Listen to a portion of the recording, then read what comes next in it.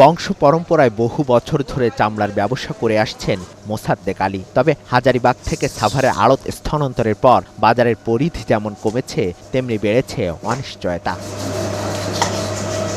একদিকে ট্যানারি মালিকদের কাছে বছরের পর বছর বকেয়া আটকে থাকা, অন্যদিকে মৌসুম ব্যবসায়ীদের ঠিকভাবে চামড়া সংগ্রহ ও সংরক্ষণ না করায় ব্যবসা টিকিয়ে রাখা এখন বড় চ্যালেঞ্জ হয়ে উঠছে এই ব্যবসায়ীর জন্য। মাল দিছি 8,88,000 টাকা ভাই, এই কুরবানিতে চাইরা না পয়সাও দেয় না।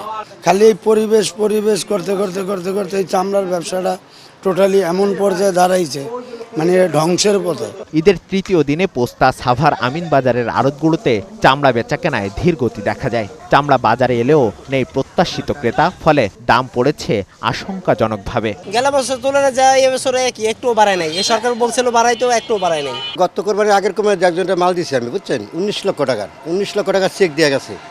চেক দিয়ে আজ ভাগ দিয়ে। ব্যবসায়ীদের অভিযোগ, সরবরাহ শৃঙ্খলে ভারসাম্যহীনতা ও প্রভাবশালী কয়েকটি গোষ্ঠীর নিয়ন্ত্রণের কারণে প্রকৃত সংগ্রহকারীরা ন্যায্য মূল্য থেকে বঞ্চিত হচ্ছেন। প্রত্যেক বছর আমরা 4-5 হাজার মাল কিনি, কিন্তু এই বছর 1500-র মতো মাল কেনা হয়েছে আর কি।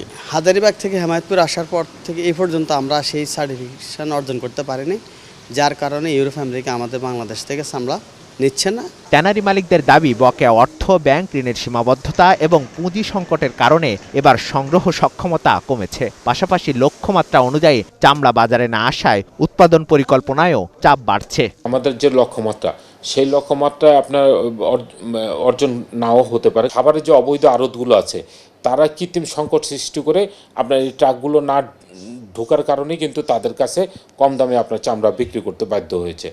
এইটা কিন্তু আমরা অতীতে আমরা পোস্তার ক্ষেত্রে দেখেছি, এখন বর্তমানে আমরা এগুলো সাভারে আমরা দেখতে পাচ্ছি। সুতরাং এইখানে আমাদের কাছে যারা সরাসরি আমাদের সাথে যোগাযোগ করেছিল, আমরা সঠিক দামটাই দিয়েছি। আমাদের কাছে ফিনান্সিয়াল যথেষ্ট ব্যাকআপ নাই, এটা অনেক বড় এক সমস্যা। এই সমস্যার কারণে আপনি যে ডিজাস্টারটা দেখছেন চতুর্দিকে। মৌসুমী ব্যবসায়ীরা বলছেন, শুধু লবণযুক্ত নয়, কাঁচা চামড়ায়ও সরকার নির্ধারিত মূল্য নিশ্চিত হলে বাজারে শৃঙ্খলা ফিরবে। মিসবাহ হাসান, ৭১, ঢাকা।